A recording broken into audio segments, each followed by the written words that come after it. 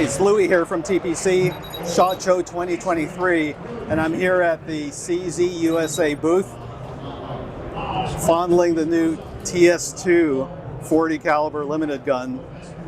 Hopefully you guys are at SHOT Show as well. If not, we're going to share a lot of SHOT Show interest with you in the next few weeks.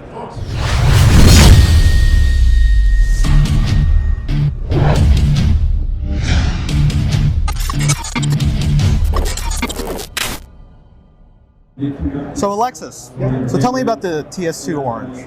Yeah, so first of all, thank you for having me. I love talking about CZ and I love talking about USPSA, and with this I kind of get to do both. So thanks for having me. Awesome. So our new CZ TS2 Orange, I'll kind of go over some of the changes and the upgrades that we've made from the standard TS2, and I like working my way from the top down. So we'll start here with the rear sight.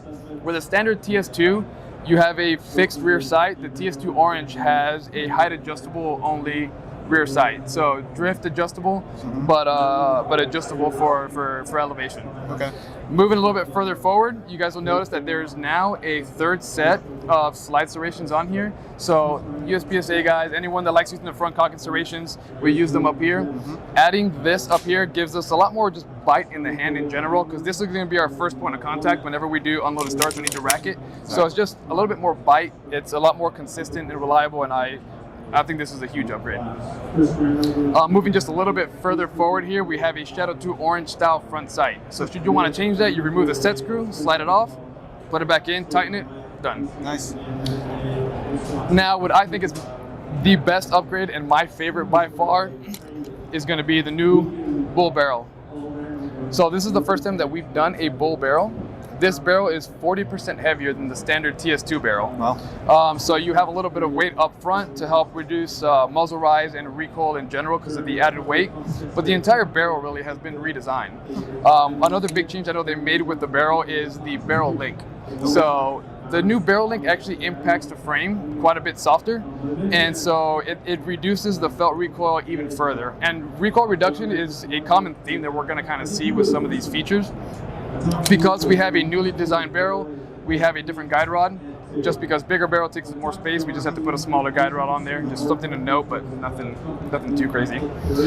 Moving further down here, the manual safeties. So the ambi manual safeties have actually been moved further up. They're a little bit taller on the frame than the previous model. And so what this allows us to do is to get our support hand higher up on the frame. So if we can get our support hand higher up on the frame, it allows me to mitigate that recoil just a little bit better. Yeah. And because I can get my hand a little bit higher now, they also redesigned the thumb rest, so which allows you to play on that leverage a little bit more. So again, recoil reduction, big theme here. Okay. Extremely soft shooting guns. Moving down just a little bit more here, we have an aluminum trigger where the standard TS2 is going to have a polymer trigger. And then of course, like any other Orange model, you're going to have Orange accessories. So you have grips, magazine release paddle, which is 3-position adjustable, Orange magwell, and Orange aluminum base pads. And similar to any other model in the Orange line, there's a lot of hand fitting that goes into this gun. Every barrel is hand selected and fit to the slide, which is then hand selected and fit to the frame. Very tight guns, super accurate. I cannot wait to start shooting these this year. Awesome. So you are an active USPSA shooter, correct? I am, yes. In limited? Yes. And you've been running Tac Sports Orange in the past? Yes, so last year I was shooting the TS2 in 40. Okay. And then the 2 years before that, I was running the TSO in 40. Okay. In limited. And then I had a bunch of production experience prior to that. But I came over to the dark side now. I wanted to go fast. Okay.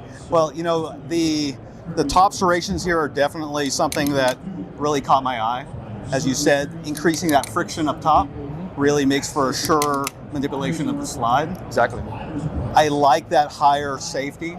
At TPC, we really teach that we want to minimize the leverage the gun has on us by getting higher on the gun. Yep. And this definitely can let that support or control hand, as we call it, get much higher on that frame. I definitely like this thumb rest position better. Overall, I think that the upgrades you did are definitely worthwhile. Yes. And I'm very interested in trying this out. Also, I notice because I have one of the original Taxport oranges, that the beveling to the magwell is significantly better than on the original TSOs. Yes, so as our machining gets better and our processes get better, our guns get better. And so this is just another example of what we try to do to help further push the innovation and the performance of our firearms. It's no knock on the original one. On the original one there is a ledge that you can definitely feel, and this is much more well blended. Yep. Kudos to you for making that happen. Yeah. Well, I appreciate it. This is definitely a very viable choice for limited division, and maybe I'll shoot one of these in limited. Do it. We'll have you out for a match sometime. We'll compete head to head, and we'll have a good time. Okay, awesome. Thanks, brother. Thank you, man.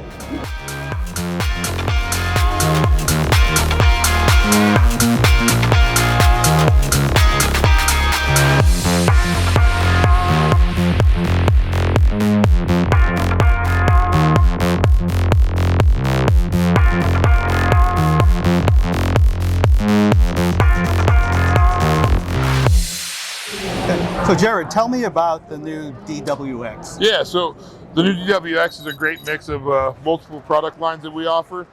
Starting at the bottom of the gun, you'll see it's CZ75 style ergonomics using standard CZ75 grips.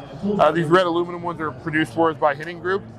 And then as you continue on up the gun, you'll notice that it does have the standard sliding trigger like a 1911, and this gun actually uses a normal 1911 hammer and sear. So your gunsmith will be used to doing a trigger job on the exact same parts we're using here. It's all quality tool steel parts. There's no MIM in these guns. As you get on up to the top of the gun, you'll also notice that we use a Shadow 2 rear dovetail, height adjustable sight, and a standard 1911 front dovetail. And then as you get into the inner workings of the gun, we went away from the linkless barrel that you're used to on a 1911. So this is a modern lockup like our P07, P09 series guns have. It's very much a mix of all of our product lines, showing everything that we're known for. Okay. So I think the big question that viewers will have is, what was the delay? COVID was hard on us. Oh, yeah. It was hard on everybody. Yeah. Slowed us down. I like to joke around that we announced it at one SHOT Show and we had it out by the next SHOT Show that we attended. Yeah, the important thing is it's out now, right? Exactly. And it's shipping? Yep, it started shipping in December. Okay, can I take a look? Absolutely. Okay.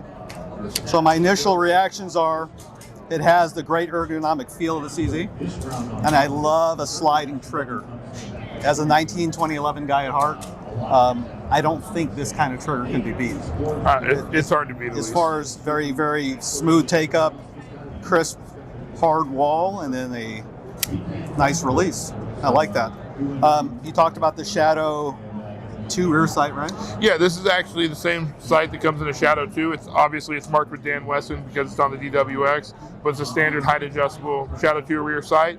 And any sight that works with a Shadow 2 will work on this firearm.